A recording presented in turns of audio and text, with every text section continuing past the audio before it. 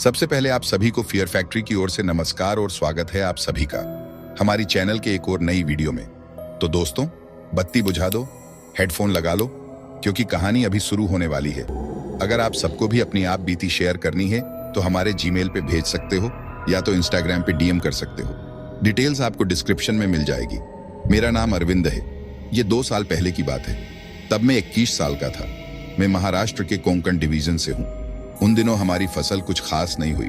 पैसों की किल्लत की वजह से मैं ट्रक ड्राइविंग करने का सोचता हूँ। मुझे आती नहीं थी तो मैं अपने चाचा के साथ जाया करता था उनसे ड्राइविंग सीखने के लिए।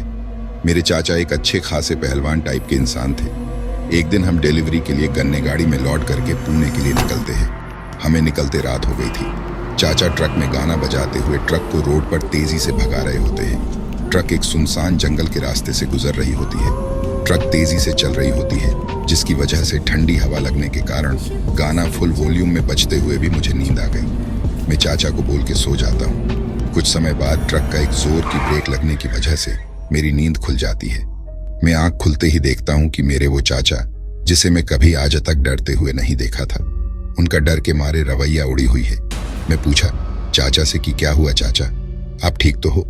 तब उन्होंने बोला कि वो रास्ते में एक इंसान के गली हुई ढांचा को देखे जिसपे कुछ ही मांस बचे थे। वो रास्ते के बीचों बीच खड़ा हुआ था, इसलिए मैंने अर्जेंट ब्रेक लगाई और उनके गाड़ी में ब्रेक लगाते ही वो गायब हो गया। मैं उन्हें बोला कि रात का समय है, इसलिए आपको कोई वहम हो गई होगी। क्यों ना आप एक काम करो, कुछ देर रेस्ट कर लो, उसके बाद ड्राइविंग कर लेना। फिर वो बोले कि ये एक अर्जेंट डिलीवरी है तो सुबह होने से पहले हमें जैसे भी इसे इसके मंजिल तक पहुंचाना है। फिर वो बोतल से पानी पिए और ट्रक चलाना शुरू कर दिए। अब वो गाड़ी थोड़ा स्लो ही चला रहे होते हैं। मेरा फिर से आंख लगी ही थी कि वो फिर से अपनी गाड़ी रोक देते हैं। वो फिर से डरे सहमे आगे रोड की ओर ही देख रहे होते हैं। मैंने बोला चाचा आगे क्या देख रहे हो? तब वो बोलते हैं कि तुम्हें वो आगे रास्ते के बीच में खड़ा हुआ वो इंसान का ढांचा नहीं दिख रहा?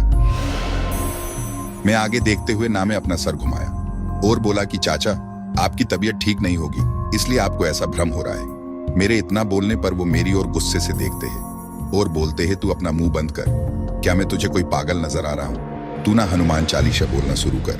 मैं उनकी बात मान के डरते हुए हनुमान चालीसा बोलना शुरू कर दिया और वो अपना गाड़ी चलाना शुरू कर देते हैं। थोड़ी आगे जाने के बाद चाचा जी को अचानक क्या हुआ ना, वो अचानक से ट्रक की स्पीड बढ़ा देते हैं और गाड़ी उनके कंट्रोल से बाहर हो जाती है। मैं जल्दी से अपनी सीट और ट्रक को कस के पकड़ लेता हूँ और बोलता हूँ कि क्या हुआ चाचा जी, आप ऐसे क्यों गाड़ी चला रहे हो?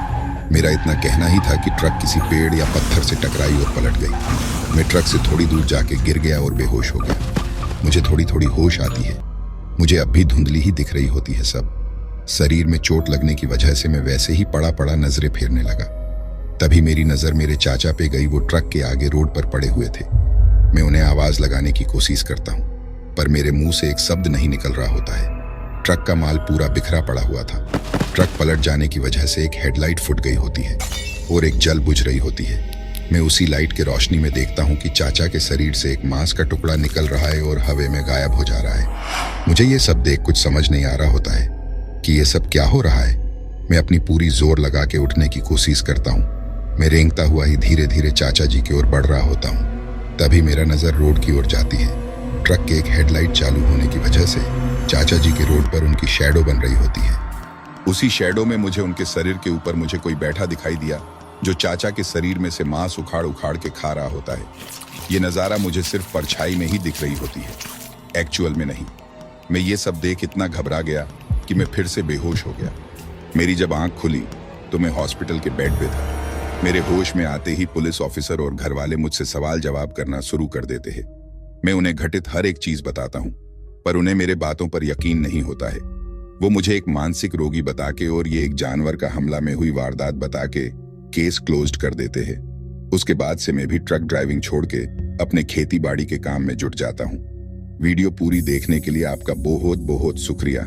अगर आपको कहानी पसंद आई होगी तो एक लाइक और चैनल को सब्सक्राइब जरूर से करें और जुड़े रहे हमारे साथ। हम आपके लिए ऐसे रोचक डरावनी स्टोरीज लाते रहेंगे। तो मिलते हैं अपनी अगली वीडियो में। तब तक के लिए बाय बाय, टेक केयर।